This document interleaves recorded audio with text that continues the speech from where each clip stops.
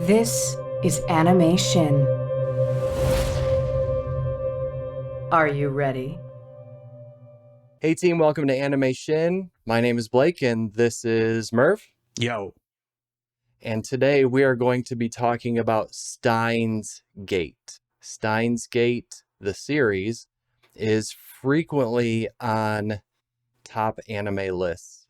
You see it all the time of 10 best anime to watch, 20 best anime to watch.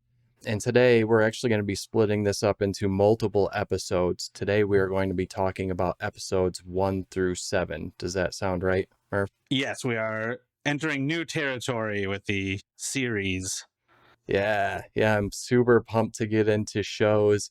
And we picked one of the most technically dense anime ever created to dive into in our first foray into the TV shows, so that's exciting. Par for the course, we are going to start with our rating. So, are you ready for some Janken Pan, Merv? I am ready. Will you recommend this to us? First comes Rock. John Kenpon. All right, so here we go. First comes Rock. Janken Pan. I gave it a 4. All right, I did the same. I also gave it a 4. I kind of struggled a little bit with giving it a 4 because I know what comes later.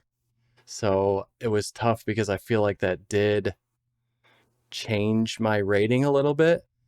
I am super interested to see what you say about this show, though, coming into it with fresh eyes. I'm pumped. I also struggled to give it a 4, but that was because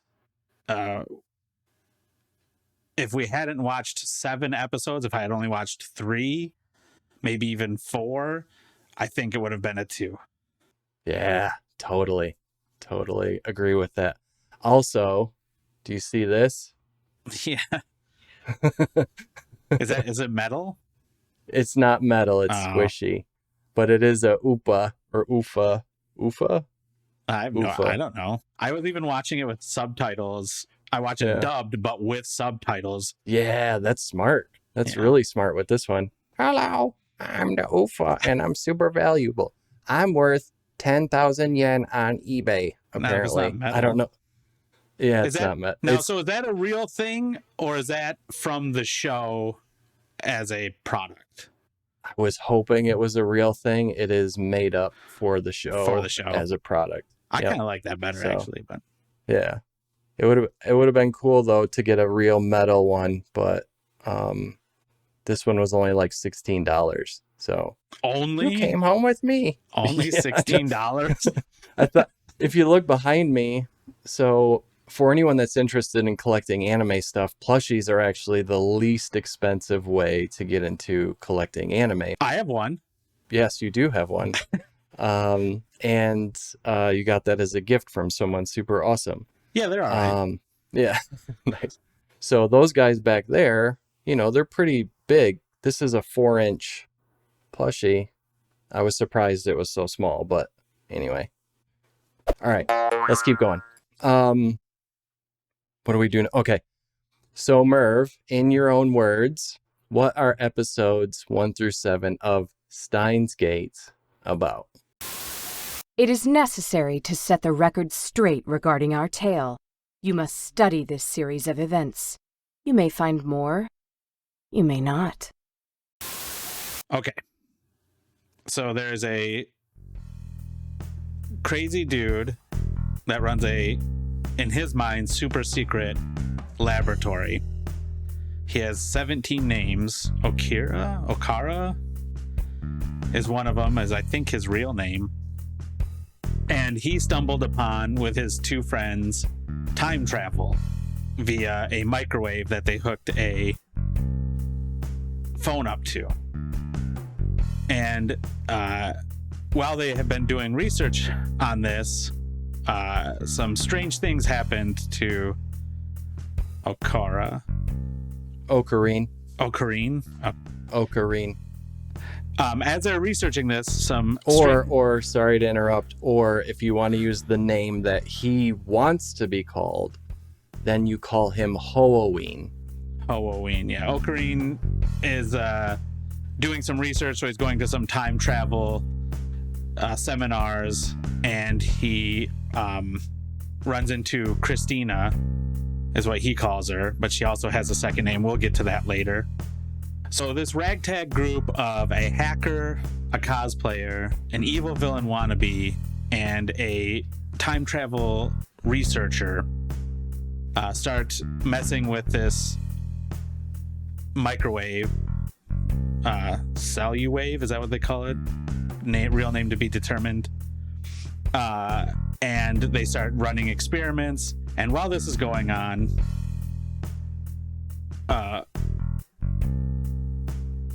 Okira, what's his name? Ocarine. I'm writing it down. I have it. Okarine. Ocarine. And while they're exploring this super secret project of theirs, Ocarine keeps having visions of pasts that didn't happen. And so in their research, they have to find, they come across John Teeter, who is an internet meme, some say a real time traveler from the late 90s, early 2000s. And he kind of sends them on this mission to get an IBM 5100, which they get, which allows them to decipher code from hacking into CERN, which is also real. And they find out that CERN has been running time travel experiments and a lot of people have been dying. And then when we get into episode 7, we find out that our main character, Ocarine, is having memories of the timelines changing. He is the only person that can remember the pre-change timeline. So he is the only one that can save the future. Save the world. It's Steins Gate. And that's where we get into. So that was, I stumbled through that because and then I didn't even hit everything. It's very thick. Yeah, it is dense. So the first thing I want to say is that there's really 2 ways to watch this show. One is you just watch it and you go along for the ride and you laugh at the jokes, and then slowly but surely things kind of start to make sense. But it's fun regardless, even if you just watch it kind of on a surface level. The other way to watch it is to try and figure out what everything means, and it is full of so many different, even coming back to it a second time, you start to notice, oh yeah, I learned about that. So I would say if anyone starts to watch Steins Gate and you're like, wow, that's really dense, just stick with it. And it also has some pretty good rewatchability, which without getting too far ahead is a reason why I really enjoy it. To me, Steins Gate is about a young, eccentric, mad scientist with a bunch of names. Merve, like you said, Halloween, Kyoma, Ocarine, 001. There's probably one I'm forgetting. He'll go by his first name sometimes, his last name, so it gets intentionally, I believe, confusing as to what his name is. I think I might go with 001, Mad Scientist, or Halloween. I don't know, we'll see. But anyway, he's visiting a talk about time travel, a conference about time travel. And a girl approaches him acting like they had interacted already. However, in Halloween's mind, I'm going to use a different name than you did to really make it confusing. In Halloween's mind, that he doesn't remember interacting with this girl at all. So he's like, what do you mean? It sounded like you had something really important to tell me. And he's like, we've never met before. You're crazy. And then a little bit further on, you hear a male voice screaming that sounds suspiciously like Halloween. You hear yelling, and it sounds just like his voice yelling. And then he chases after the yelling, and he finds the girl that was like, hey, we were going to talk, we met. And he's like, we've never met. Anyway, he finds that girl dead. Murder. Or red rum, depending on what universe you're living in. So a girl's been murdered. He sends a text about the killing to a friend of his, the hack, or hacker, that we will call 003. Was Daru? Yeah, yes, very good. His name is Daru. And he sends a text about the killing to Daru, and all of a sudden the time travel talk has been canceled because a satellite had smashed into the building. So Halloween, the mad scientist and friends spend the next few episodes figuring out how to time travel text messages that they call D-mail. And they say the D-mail stands for DeLorean, but I like to think it stands for, I don't know, mail. Because the characters in the show can be, especially Halloween, can be pretty, it's hilarious. But like Merve, like you said, they use a microwave, an IBM 5100, that is a real computer that they call an IBN, as in Nancy 5100. And they also use a flip phone in this time traveling adventure. They do call it an IBN? I didn't even catch that. I just thought they were calling it an IBM the whole time. Yeah, they say IBN. Just like there's Dr. Pepper, but instead of DR Pepper, it's DK. DK. Pepper. I noticed that one. Yeah. So they change things up. There's a ton of funny references and things like that in the show. It's by far one of the funnier animes I've watched. And at the end of episode 7, I think it's fair to say Steins Gate has chosen. We don't yet know what that means, but Steins Gate has chosen, and we'll see where it goes in the next arc. So to me, that is what Steins Gate is about. So Merve, from a writer's perspective, as someone who has penned many novels and, taught young minds about the English language, how well did our Steins Gate creator friends do in crafting this story in the first 7 episodes? Regale us with your wit, storyteller. Well and not well. So the 3 tent poles of writing fiction of some sort are plot, setting, and character. And in most cases, you want one of those 3 to be very simple, one of them to be moderately interesting, and one of them to be complex. That's the best formula for letting the reader or viewer not have to do a lot of work. And I'll use that a lot. Whenever you're bored, it's that the story is making you do too much work. Or if you're it feels flat, or you want to look at something else, if you start checking your phone, that usually means you're doing too much work. You don't want to do it. So when I say you're doing too much work, that's what I mean. Can I ask you a question about that while you're going through it? Yep.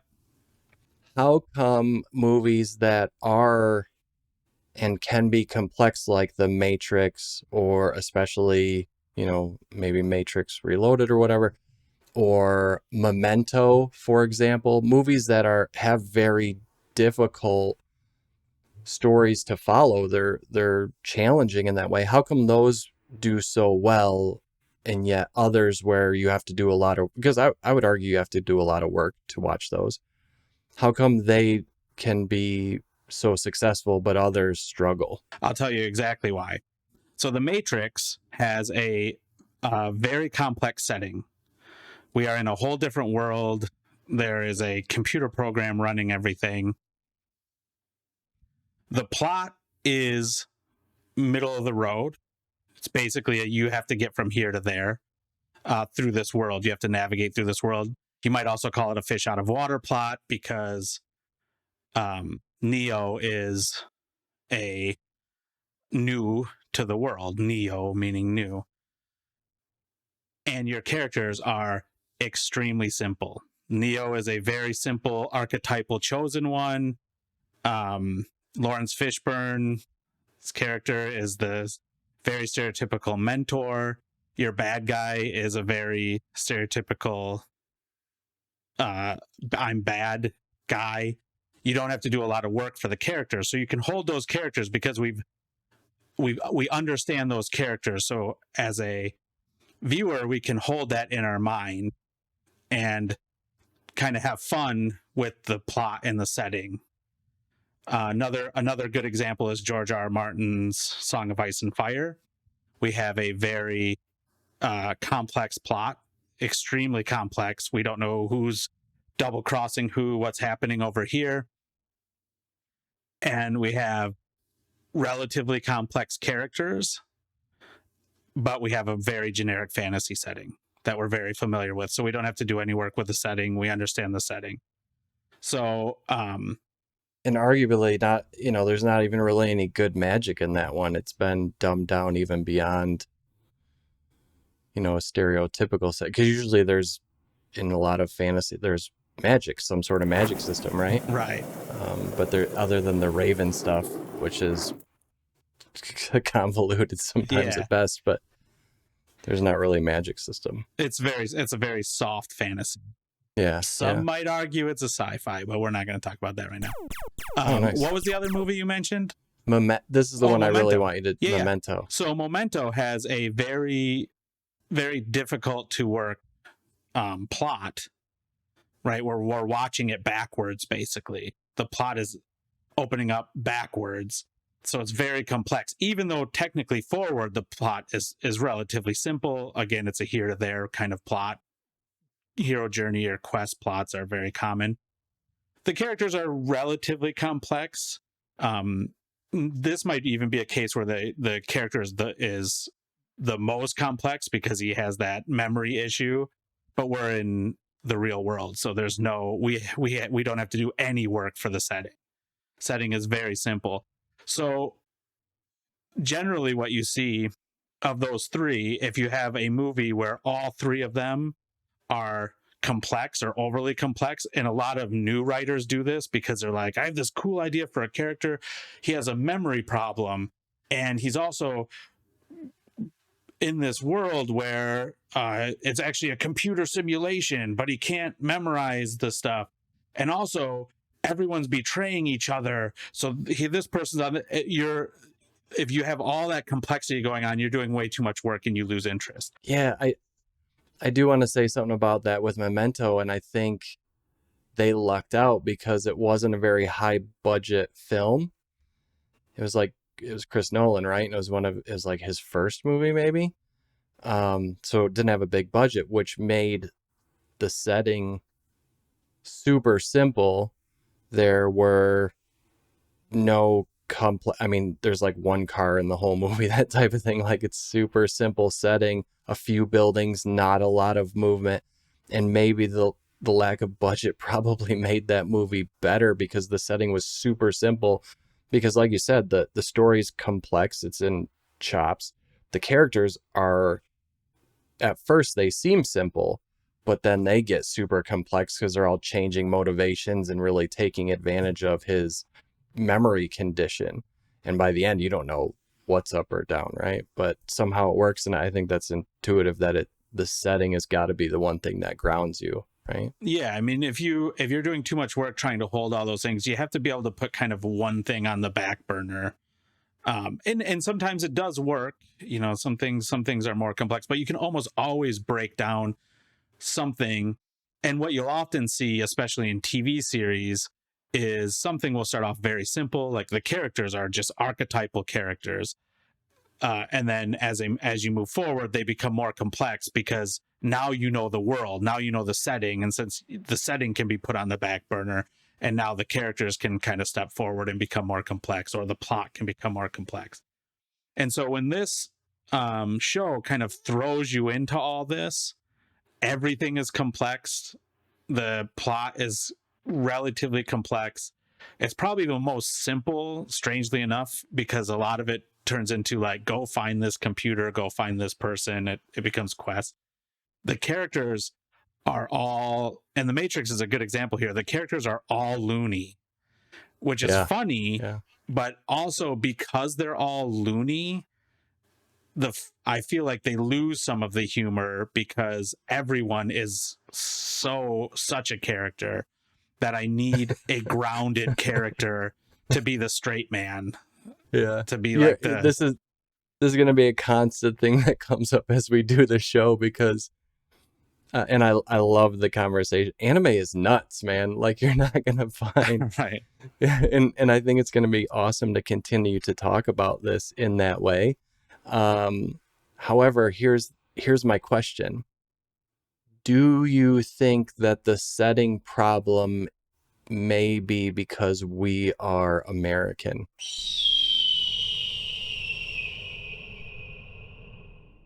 No, and that could be, and this is one of the thoughts I had is I am pretty new to anime. This is the 5th thing we've watched, so somewhere around there, and I play a lot of board games. Here's an example. And when I first started playing board games a decade ago or whatever, it was basically Settlers of Catan was the only board game, like designer board game, German board game out. And I started playing some deck building games like Dominion. I might be losing people here, but a certain style of game. And a game was released that had a theme of Marvel Comics, and I like comic books. You can see here I have a row of comic books. I have more in my closet. And so I'm like, oh, I like deck building games and I like Marvel Comics. I'm going to buy this game. Yeah, and we played Magic the Gathering in college, right? Yeah, we played Magic. Yeah. And so I bought this game, and me and a couple of my friends, my wife and a couple of my friends, we tried playing it, and it was like, this is so complicated. This isn't even fun. And this is like probably the second board game I bought. I now have like 400 board games. And about a year after I played that game, I had been going to weekly game nights, playing a bunch of games. You start to learn the language of games. And I was like, oh, we should pull out that. It's called Marvel Legendary. I'm like, we should pull out that Legendary game again and try it, like give it another chance. And I played it and I was like, this is the simplest game I have ever come across in my life because I knew the language and I knew how more things work. And I think with anime, stuff like that could occur with the plots, with the characters. Like this character is really strange to me, but Luke Skywalker might be really strange to a lot of people, even though he's the archetypal hero's journey character. But that's an archetypal to me. My guess would be, and I think that's a great comparison because you do start to see threads that connect anime to other anime, just like we would play Betrayal Legacy or Legacy games, and then you start to see threads in the board games. I believe that the setting is the one that, because it's Japanese creators have been very public about the fact that they are not going to change their stories for Western audiences. Yeah. And they shouldn't. Absolutely not. I agree. I love it. Every time I see an anime producer come out and be like, yeah, this stuff, I won't go there, but this stuff that you want us to put in our entertainment is not going to happen. We don't write it for foreign audiences. We write it for Japanese people. So I think it's a good thing, and I believe it is up to us to catch up if it's entertainment that we want to be involved in. However, I do believe that it is the setting that is probably anchoring the folks in Japan, and we're 40% more lost because of it. And then you throw in a bunch of different names. So this is the way I was thinking about it. 2 of his names are Ocarine and Hoenn. That's probably like one of his names being Steve and the other one being Alexander or something maybe a little bit more exotic, right? So it's probably much easier to grasp. Well, that was another thing, is the three main female characters, all their names all start with M. And like that's another thing in fiction, is generally you want characters to have discernible different names, and they all start with M, which I mean that's neither here nor there. But what it amounts to is what we call in the writing world a very steep learning curve. Nice. for this show, which is why I said, like, if I was only 3 or 4 episodes in, I would say there's no way I'm going to recommend this to anybody, because I'm lost. I'm doing a lot of work I'm taking copious notes and trying to figure out like what's happening.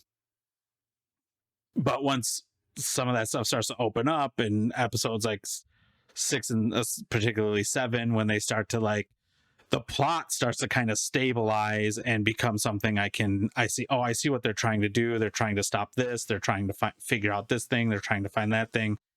And when you spend some time with the characters, you can characters always become simpler the more time you spend with them, because you know them better. So that's why, like, you get into episode 7. If you're going to watch this, if you're going to try this, especially if you're new to anime, you're going to have to watch. And I've only watched through episode 7 to keep myself clean before we go on to the next part. But you'll have to watch the whole thing. Like, don't watch one episode to say, like, I'll watch one episode to see if I'll like it, because you will not. Nope. Give yourself 2.5 hours. That's how long it'll take you. Anime shows tend to be 20 minutes, just like our shows that are on regular TV.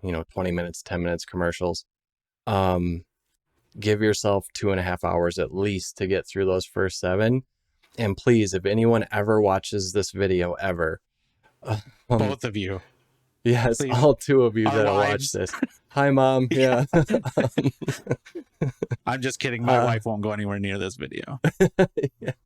Mine will watch it, and my mom will watch it, and your friends will watch it. So I think we could get to 6 views. Let's see. 2 of them will be us, and right? we'll somehow have 3 dislikes, 2 likes.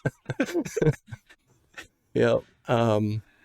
But anyway, so if anyone does ever watch this, yeah, go into it kind of, at least for the first 6 episodes or so, with that being that first person where you just kind of sit back, relax, let it all just kind of come to you, and then trust me, it'll start to be more enjoyable, more fun the further you get into it, because it's worth it. It really is. It is on the top list for a reason. So, and I can't wait to talk about it further. Merv, for the diss track, what are some of the things that you did not like about the first 7 episodes of Steins Gate? I see you have made your decision. Now let's see you enforce it. So the diss track, I talked about it a little. The first episode doesn't grab. Like, there's no hook in the first episode to like really get me, wow, I need to keep watching. In fact, I would say the second episode and the third episode don't grab, unless you really are into the characters. Like, it's obviously setting up the characters, and the characters are funny and enjoyable to watch. But again, it's like, if a roller coaster was constantly going down, it was just like started way up and just went down for 2.5 minutes, it'd be nauseating, right? Maybe that'd be really fun. So maybe that's a bad example, but maybe 20 minutes would be a better, right? But that's probably skydiving. Who knows? It's like, we get your point. With everything, you need kind of ups and downs. You need lulls. Something needs to be sad for there to be happiness. You need that balance. I've talked about it before, but the like charge, the positive negative charge, and with all the characters being heightened, I feel like they're not as funny as they could be, because they're all like fighting for that funniness, even though I think they mostly work. Yeah. Yeah. Yeah. And that gets like, okay, I get it. and it is mostly because of that weirdness that I talked about, that it's like there's nothing really to grab onto. It'd be great again with like Neo, when we talk like the Matrix. Neo's like, whoa, what's going on? What's happening here? And then someone can explain it to him, and he's a surrogate for the audience in that way. Yeah, we're not in this at all. No, there's like, no surrogate for the audience at all in here. So you're stuck with questions, which I'm noticing in anime as a theme, being stuck with questions. It's not necessarily bad. Sometimes it is, sometimes it isn't. There's two schools of thought. But for the most part, that was the only diss I had. I thought a lot of the other stuff worked. The music was good. The animation was good. I liked the characters. I wish I could have liked them more with someone to ground them. But that was the only thing. And that kind of faded away. And once I got into episodes 6 and 7, and some of the stuff started becoming more clear, I could enjoy the other stuff more. Yeah. So I would agree with a lot of that. Probably the top thing on my diss track, because you've mentioned this a few times and it's really stuck out to me, is that a lot of anime starts off and it really grabs you. It does a really good job with intros and something exciting at the beginning. And something exciting does happen at the beginning of Steins Gate, but you're so confused about what's going on. It's hard to really get invested in it. I think they spend engaged. Engaged. I think they spend maybe a little bit too much time at the beginning on rewatchability, on things that are callbacks. I guess they're just expecting people to watch this multiple times, because a ton of it is like, yeah, I get that now, but going into it the first time, I had no idea what any of that was. That's really all I had for nitpicks. Overall, though, I'm super pumped to talk about the comedy.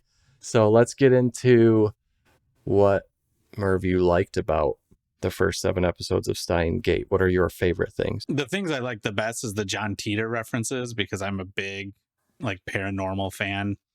And I love John Titor stuff. I've been even lately. Can you tell us about it? I don't know anything about real John Titor. I know that all the references in this are real. Yeah, a lot of the references they use are real. So in the late 90s, John Titor started showing up on message boards claiming he was from the future. And he said certain predictions that came true, some that did not. And what he said was he was coming back in the past to try to find an IBM 5100 for exactly the reason, because that's the only computer that can read the code. Not basic. It's like A something, ADL, or it's, I looked it up too. It's some other language. To save his future, to save his timeline, which is in a dystopian kind of mess after a civil war in the United States, and so on and so forth. So there's a lot of interesting stuff there. And then he said he'd never be back, and he disappeared, and no one's heard of him since. So I like the reference to the real world stuff, the IBM stuff, even though I guess they're calling it IBM. I didn't know that. The Turing test, the mention of the Turing test, which is a test to see if a robot can trick a human into thinking they're a human. So I liked the kind of grounding in some real world kind of myth, kind of interesting stuff. So I've got some of that too, and I'd like to maybe talk about it together. All right. So one that I have is, he talks about, and again, they changed the names. They talk about Hand's rule, and I watched this part a few times to make sure I was hearing it right. They say Hand's rule of multiplicity. It's actually Hund's rule of multiplicity from 1925, and it does have to do with atoms spinning. So at the beginning, he said something about Hund's rule, and it's just amazing how much of this stuff is real. The other one I want to talk about, and I think I might have it in a different note. Yep, here we go. This was my at the very beginning, 003, also Daru? Hoenn calls him the hack. Yep, okay. Daru. He talks about how him and a friend of his were talking online about simulation theory, Right. which is one of my absolute favorites. And if you're not familiar with simulation theory, basically the thought is that we are not living in base reality. We are essentially living in the Matrix. So we are not in the real world. And there's lots of theories about this. Most famously, recently, Nick Bostrom in 2003 wrote an article called "Are You Living in a Simulation?" And that's what sparked a lot of interest in this. But my favorite quote comes from our dear friend Elon Musk, and it's actually taken from Nick Bostrom's article in a lot of ways, but he says, "There's a 1,000,000,000 to 1 chance that we are living in base reality." It would seem to follow that the odds that we're in base reality is 1 in billions. And the thought is that if you assume any technical advancement whatsoever, if you think about how complex video games are now and how detailed and photorealistic they are, and we're getting into VR, stuff like that, if you consider any improvement whatsoever, we will create simulations that cannot be distinguished from reality. So that, and I'm not super good at explaining it, but that is the reason why a lot of very smart people, smarter people than I, believe that we are living in a simulation. And even just talking about it feels surreal to me. If you assume any rate of improvement at all, then the games will become indistinguishable from reality.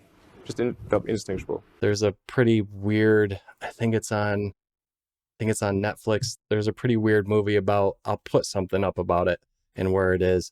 But there's a pretty weird movie that you can watch about simulation theory that explains it really well.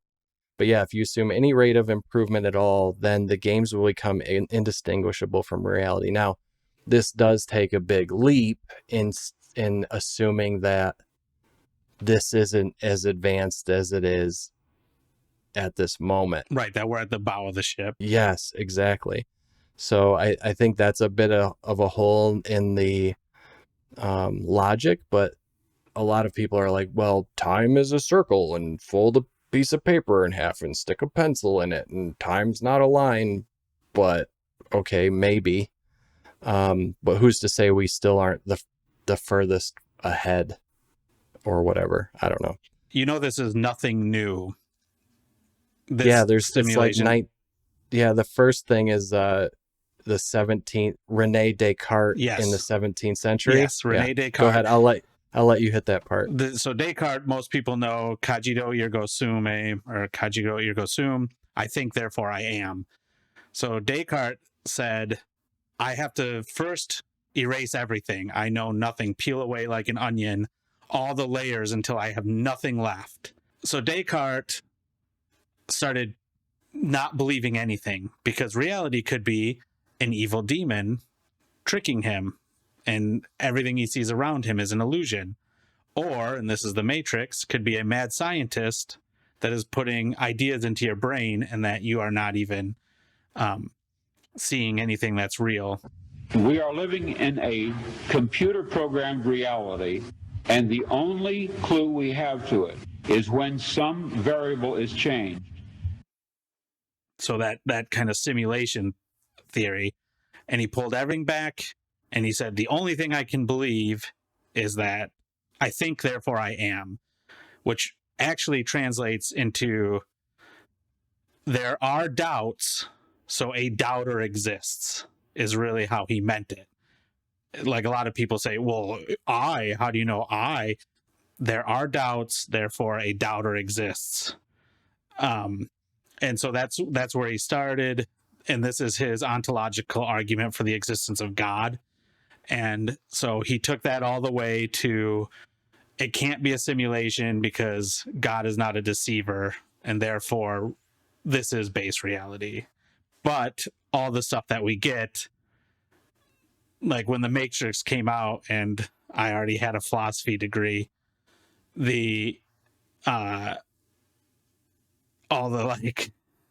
everyone was suddenly philosophy 101. whoa, what if nothing is real? We've been thinking about it since the 1700s, and even before Descartes, there were other philosophers who dabbled in that sort of thing. But it's still an interesting thought experiment. Yeah, and to me, things are real because we experience them, whether they are actually real or not. They're real because we are interacting with them. And we have to live with the belief that everything is real. Yes. Or we couldn't communicate, or I would be afraid to take a step because the floor could fall out from below me. We have to live in a world where we believe everything is real. Even if you say you don't believe everything is real, you do, because you still eat, you still drink, you still breathe, you still do all the things you need to do to live. Yeah. Because it's real. There's one guy, though, that cracked me up, and he said this in that movie, and he was hiding behind like a bird avatar or something, which made it even cooler. But he's like, yeah, I think we're in a simulation, and people that live in a world that's like infinitely more boring than ours, because we do a lot of mundane things throughout the day, right? People who live in a world that's more boring than ours play us as their characters, and that's our brain is them controlling us through that. And he's like, so I try to do things super interesting every once in a while to make it fun for my player, which I thought was an amazing way to look at it. And I think it does show how far you can take this stuff, right? The more it's like, it's kind of like flat earth though. It's like the more you talk, at some point you're like, is the earth flat? No, yeah, you can convince yourself anything you want to convince yourself. You can believe anything you want to believe. And they're like, no, that's ridiculous. Yeah. But I want everyone right now all two people that watch this to think real hard about the world being a simulation and see how weirded out you can get. And I'll read you some things to help. If there are many more simulated minds than organic ones, then the chances of us being among the real minds start to look more and more unlikely. The end result is we are in a simulation created by our future selves, possibly for testing purposes. Then there's the conscious observer problem scientists still can't solve. So if you don't know what conscious observer means, is they've actually been able to show that particles will, when not observed, will blink out of existence. And then once they are observed again, they will return to existence. So that's what the conscious observer talks about. Is a much simpler way to explain this is the way you work when the boss is around is different than the way you work when the boss isn't around. Yeah. So if I take my Upa, wherever it went, and I put it in a box and I close that box, the folks who believe kind of in the conscious observer thing would say that plushie does not exist anymore until I open that box. And the minute I open that box, it like blinks back into existence, which I don't know, to me that's ridiculous, but whatever. According to this week's New York profile of contributor venture capitalist Sam Altman, there are 2 tech billionaires secretly engaging scientists to work on breaking us out of the simulation. So don't worry about being caught in the simulation. Good. There's nothing I trust more than tech giants. Don't worry, they're gonna help us out, get out of the simulation. That'd be a cool movie. It would be a cool movie. My favorite argument is it logically possible that we are in a simulation? Yes. Are we probably in a simulation? I would say no. And that's Max Tegmark, a professor of physics at MIT. I think that's, to me, the best way to cap it off. Like, you can logically explain how and why we are in a simulation, just like you can logically explain why give arguments as to why the Earth is flat. But that doesn't mean the Earth is flat, and I don't think it means we're in a simulation. However, have you ever felt like you are in a simulation? I have. Merve has, Mhm. and it's amazing. So anyway, I'm sorry, I That was wanted a to big completely tangent, but I think it sidetrack. works Yeah, for the. I love it. If you like that conversation that we just had, you'll like Steins Gate. If you turn the channel not because of us, but because of literally the conversation, not just that we're boring, but the conversation was boring, find a different anime to watch. All right, so what were we talking about? We were talking about the things that we liked. So then what? Jokes? Like, there are some good jokes. And like the Ocarine character, he's generally funny just in his behavior because it's so over the top. And just the way he acts and he looks down on everybody. Come with me to recover my laundry. Like, everything as he's doing is mundane, but he's in his mind. It's great. That hits more than it misses. Yes. I would describe him as obtuse. Like, he is very big. Here's one. So, Halloween or Ocarine or 001, the mad scientist's phone rings. It's a flip phone. He answers and he says, "Go ahead." And a girl's voice goes, "It's me." And Kiyoma, who is also a name of the mad scientist, Halloween, answers, "Me who? I know a lot of people by that name." Right. And That's a he good says, line. though I have to say you sound like someone I once knew in Paris. And the girl goes, "You're like the most impossible human being I've ever met." And he says, "Could it be my errant assistant? Or did you change your name from Christina?" Which, like we talked about, is not the girl's name. And then not Christina says, "Will you give it a rest?" Right? So just he's like, "Me who? I know a ton of people by that." He is genuinely funny. They're carrying the IBN 5100 back to the laboratory. And the girl, not Christina, says, "How is it I'm the one who has to schlep this backwards?" And Halloween says, "Because that's the direction you are facing." And she says, "I can't be facing backwards, genius." And he's like, "Sure you can. I believe in you." It's stuff like that just, for me, it hits. And the delivery, like the voice actor does a really good job. I find none of those characters are, sometimes when they're trying to make a character funny, they can become annoying, and I find none of the characters get to that level of annoying, because when they interact with each other, it generally works. The perverted hacker dude, very stereotypical but usually funny. The cosplay girl, anime girl, funny. She's probably the one that gets the most on the verge of annoying. Oh, the doo-doo-doo girl. Yeah. Tuturu is how the subtitles. Is it? Nice. Yeah, Tuturu. Tuturu. But generally speaking, like the humor hits a lot more than it misses. Which, when again in the first episode, I was afraid, because I was like, "Oh, that's kind of funny, but I don't know if this is gonna wear on me." But it does actually hit more than it misses. I like the play on words with stuff like they watch Mewtube, MEWTUBE, which there's a lot of cat references in there. They go to a cat cafe with the dress up cat girls, Ferris. That again, and I remembered Ferris's name as well because it doesn't start with an M, and it's a little more name that we are used to hearing, that type of name, right? We've got right here in where we live. I almost said it. I'll take that out. So I want to get mildly political. It won't be anything too intense, because the last thing I want our show, this channel, to become is anyone talking about anything political or about beliefs or whatever. But I don't think this one will tickle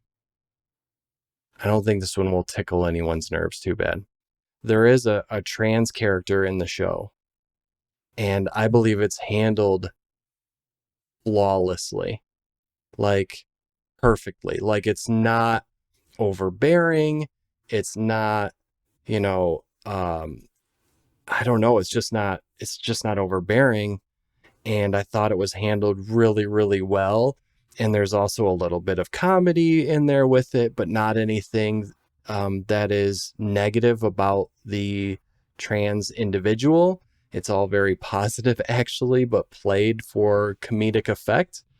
And they make the character a very endearing and a very positive and actually ends up being a very helpful relationship between Ocarine, Hoenn, 001, Kiyoma, whatever name you want to use, the mad scientist. Their relationship ends up being super important to them getting that IBN 5100. Yeah, and I like that character in terms of it's not overbearing and, oh, we have to keep talking about it. No one talks about it, but him kind of in his mind, he thinks about it more than anything. And it's also not just a throwaway, check a box, kind of treat the character without respect. So it does work. Yeah, they're just a character in the show. And Hoenn kind of breaks the fourth wall to tell us about her. And I just think it's handled perfectly. So if either of the two people that watch this make TV, then check out Steins Gate for the perfect way to handle a trans character. All right, so we should, because that won't make the show. Right. Let's wrap this up. So it sounds like we both enjoyed Steins Gate. The first 7 episodes. We will see where it goes from here as we continue through the series. Another thing I like about Steins Gate is there are actually 2 seasons. However, the first season is a complete story from start to finish. There's no, it's one and done, so to speak, in that way.